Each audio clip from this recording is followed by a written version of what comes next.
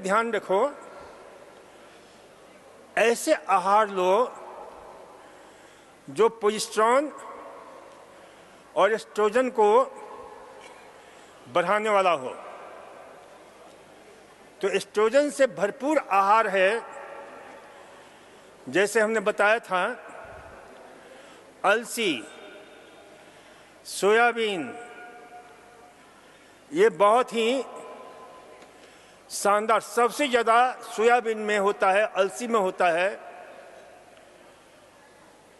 तो इसलिए इसका प्रयोग, और ये भी बताया था कि कल उन महिलाओं के लिए बहुत उपयोगी है जो प्री मेनोपॉजल सिंड्रोम और पोस्ट मेनोपॉजल सिंड्रोम से ग्रस्त रहती हैं, जिन्हें यह हार्मोन की गड़बड़ी से, देखो, महिलाओं में जब तक माहवारी होती है, ध्यान से सुनो महिलाएं, जब तक माहवारी होती है तब तक वो बहुत सारी बीमारियों से बची रहती हैं। माहवारी होना परमात्मा का दिया हुआ दिव्य वरदान है महिलाओं के लिए, क्योंकि जब तक माहवारी होती है तब तक उन्हें प्रायः हृदय रोग नहीं होता है, हाई डेंसिटी लाइपोप्रोटीन बढ़ा हुआ होता है, हृदय को, दिमाग को कमजोर करने वाला एलडीएल नियंत्रित रहता है, वीएलडीएल सही रहता है, डिप्रेशन नहीं होता है उनको। जहां माहवारी खत्म होना शुरू होता है, महिलाएं डिप्रेशन से ग्रस्त होने लग जाती हैं, स्ट्रेस और स्ट्रेन होने लग जाता है, तनाव और दबाव। छोटी छोटी बात में उन्हें बहुत लगता है कि किसी ने जो है मेरी तौहीन कर दी, रोने लग जाती हैं बात बात पर। यानी उनकी वाइटलिटी, उनका इम्यूनिटी सिस्टम, उनका रेजिस्टेंस पावर कमजोर हो जाता है। तो इसलिए जो है इसे ध्यान रखिए कि भाई इतना ही नहीं बल्कि हड्डियां कमजोर हो जाती है, ओस्टियोपोरोसिस, ओस्टियोपेनिया, कैल्शियम का उपयोग शरीर नहीं कर पाता है इसके अभाव के कारण। तो इसलिए इसे ध्यान रखो कि माहवारी होना बहुत उपयोगी है, लेकिन हमेशा माहवारी नहीं हो सकती है। करीब 40 साल से डिक्लाइन होना शुरू हो जाता है हार्मोन्स का। 45 साल आते आते महिलाएं प्री मेनोपॉजल सिंड्रोम से ग्रस्त होने लगती हैं, जिसमें हॉट फ्लैशेस चलते हैं, डिप्रेशन की स्थिति आती है, ऐसे बुरे बुरे सपने आते हैं जिसमें जो है लगता है कि पहाड़ से गिर रहे हैं, कोई पीछा कर रहा है। तो इस प्रकार की जो ना एंजाइटी, नाइटमेयर, ये कुछ ऐसे सिम्टम्स हैं जो महिलाओं में दिखते हैं। तो उससे मुक्त होने के लिए डॉक्टर जो है HRT देते हैं, हार्मोन रिप्लेसमेंट थेरेपी। लेकिन उस HRT के कारण जो रिसर्च है कि उससे महिलाओं की दिमाग सिकुड़ने लग जाता है, याददाश्त कम होने लग जाती है। HRT से ब्रेस्ट कैंसर होने की संभावना बढ़ जाती है। HRT से और भी कई कंप्लेंट जो रिसर्च हुए हैं, जो खोजें हुई हैं, वो हमारे सामने आती हैं। इसलिए हमने NHRT, natural hormone replacement therapy का हमने खोज किया, रिसर्च किया काफ़ी जो है। तो उसमें सोयाबीन का दही और छाछ, उनके लिए भी आज दवा है जो PCOD से ग्रस्त हैं, उनके लिए भी दवा है जो pre menopausal syndrome, post menopausal syndrome से ग्रस्त हैं। तो इसे ध्यान रखा करो। तो सोयाबीन की दही कैसे बनाएंगे इसे आप अच्छी तरह समझ लो। हम यहाँ पर आपको पनीर की सब्जी खूब खिलाते हैं, हमेशा पनीर की सब्जी मिलती है, वो हमारे सोयाबीन का पनीर होता है। तो ये ध्यान रखा करो। तो ध्यान रखो कि भाई सोयाबीन का दही छाछ बनाने के लिए, क्योंकि उसको कैसे उपयोग करना चाहिए ये जानना आपके लिए जरूरी है। तो 100 ग्राम सोयाबीन लो, इसे रात को भिगो दो, सुबह उसे जो है अच्छी तरह से मसल करके उसका छिलका निकल सके तो निकाल दो, नहीं निकल सके तो कोई दिक्कत नहीं है, उसे मिक्सी में डालो, गीली दाल पीसने वाली मशीन होती है उसमें डाल सकते हो, और खूब बारीक उसे पीसो। और 100 ग्राम के लिए करीब 1300 मिलीलीटर उसमें पानी डाल दो, और खूब मोटे कपड़े से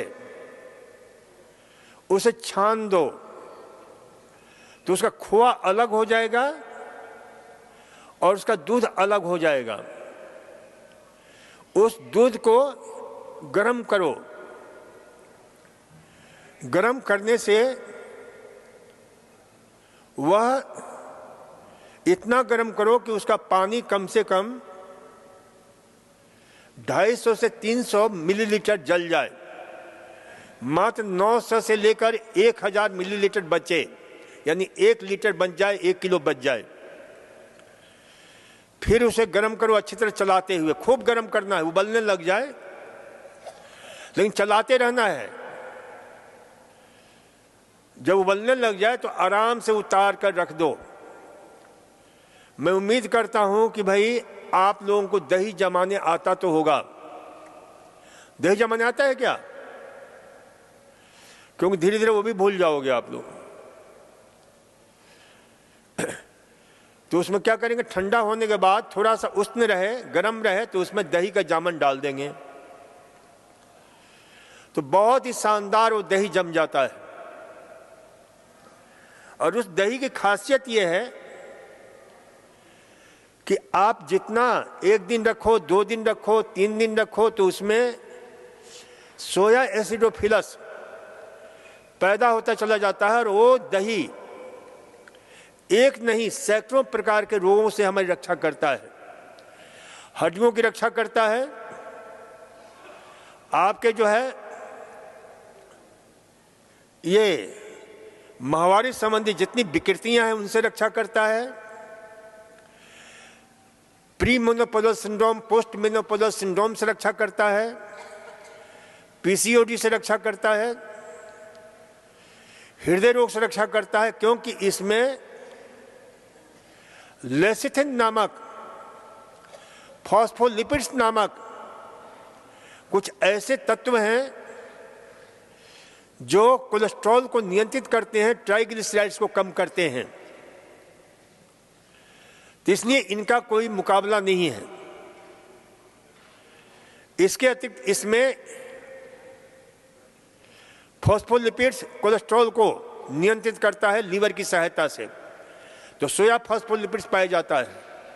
लेसिथिन जो दिमाग के सेल्स को रीजेनरेट करता है, ये वजन को कम करता है, और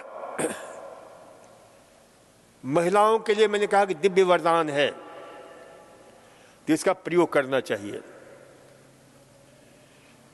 इसके अतिरिक्त जो है पीसीओडी से ग्रस्त है लोग, ड्राई फ्रूट्स में आपके बादाम है, अखरोट है, और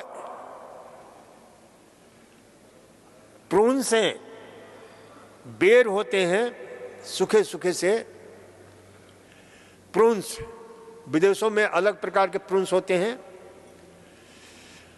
और आपके जो है जितने प्रकार के बेरीज हैं, strawberries, blueberries, blackberries, black mulberries, काले रंग का पर्पल कलर का सहतूत, इसमें कुछ ऐसे तत्व पाए जाते हैं जो पीसीओडी से हमारी रक्षा करते हैं। इसी प्रकार से जो है सेब है, ब्रोकली है, ये सब पीसीओडी के लिए बहुत उपयोगी होता है। जितने प्रकार की गोभियां हैं,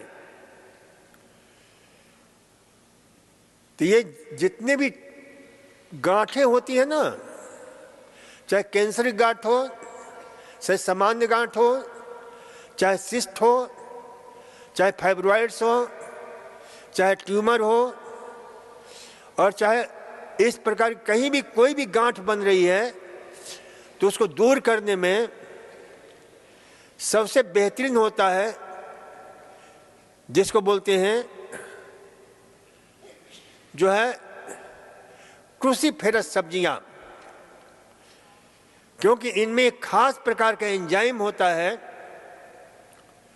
जिसको बोलते हैं मायरिसिनेस एंजाइम। वह उन गोभियों में मौजूद ग्लूकोसिनोलेट्स, आपके ग्लूकोरेफेनिन और ग्लूकोब्रासिनिन, उसको कन्वर्ट करता है सल्फोराफेन में, जो सिस्ट का, कैंसर का, ट्यूमर का कट्टर दुश्मन है। कहीं भी कोई गड़बड़ी भी होता है तो उसे नियंत्रित करता है, नियोजित करता है, खत्म करता है। तो ये जितने प्रकार की गोभियां हैं वो बहुत ही कमाल की हैं, बहुत ही कमाल की हैं। बस उनको ज्यादा उबालना नहीं है, बहुत कम उबालेंगे। सबसे बढ़िया उसको पीस करके रस बनाकर पिया जाए तो और वो प्रभावशाली होता है, क्योंकि जितना हम उसे पीसेंगे, कूटेंगे, उतना ही मायरिसिनेस एंजाइम उसमें सक्रिय होगा, जो उस महान तत्व को पैदा करेगा, महान एंटी ट्यूमर, एंटी कैंसर को पैदा करता है, जिसका नाम है सल्फोराफेन।